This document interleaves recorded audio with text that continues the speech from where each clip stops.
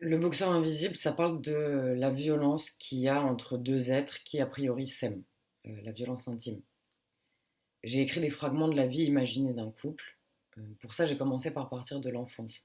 C'est d'abord l'histoire de deux enfants qui s'aiment et qui vont s'abîmer à force de jouer à l'amour.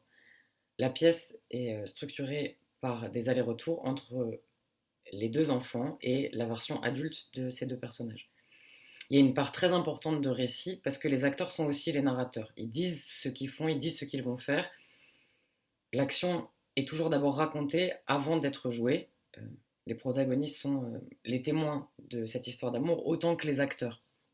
Les didascalies sont dites à haute voix, ce qui permet de mettre de la distance avec l'action et de créer du jeu. Parce que pour moi, dans la vie, on se met toujours en scène. On joue aussi à ça, à la violence. Il y a quelque chose de se regarder faire. Donc l'histoire commence comme un conte, celui de deux enfants qui tombent amoureux, mais on sent qu'il y a déjà quelque chose de vicié dans cet amour, et cette chose sombre, on va la retrouver dans la version adulte des protagonistes. Et mais pourtant, la violence, ce sera jamais quelque chose de spectaculaire, ce sera juste l'effet du temps. C'est simplement parce que deux êtres se sont aimés et sont restés ensemble. Dans les pièces de Tchekhov, il y a toujours cette idée que les personnages passent à côté de leur vie, qui veulent se faire beaucoup de bien, mais qui se font souvent du mal, et ça me parle beaucoup. Et aussi un point important, c'est que dans notre pièce, le cadre, c'est le mariage. Les acteurs sont habillés en mariés du début à la fin. Pour moi, c'est un rituel très parlant, parce qu'à mon avis, ça recèle à la fois un truc de l'enfance très fort, de contes, de contes de fées, de projections enfantines du bonheur, et en même temps, c'est le symbole absolu de l'enfermement, de la norme, du masque social. Il y aura aussi une métaphore primordiale dans le boxeur, c'est que dans le conte initial des enfants, on les voit jouer à des jeux dangereux, un peu comme dans Jeux interdits, et ça va mal finir parce que le petit garçon va mourir.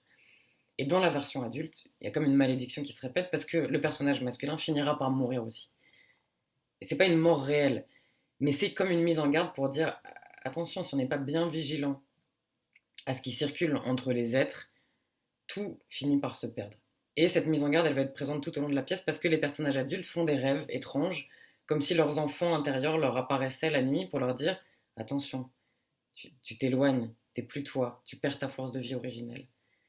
Donc voilà, pour moi le boxeur invisible, c'est des allers-retours entre une enfance, une part rêvée onirique et un âge adulte trivial, normé, sec, qui questionne qu'est-ce que c'est être intime avec quelqu'un, comment l'endroit de la plus grande tendresse peut être aussi celui de la plus grande cruauté, et comment la violence du monde est tellement intégrée qu'elle finit par faire de nous des ennemis dans la sphère privée.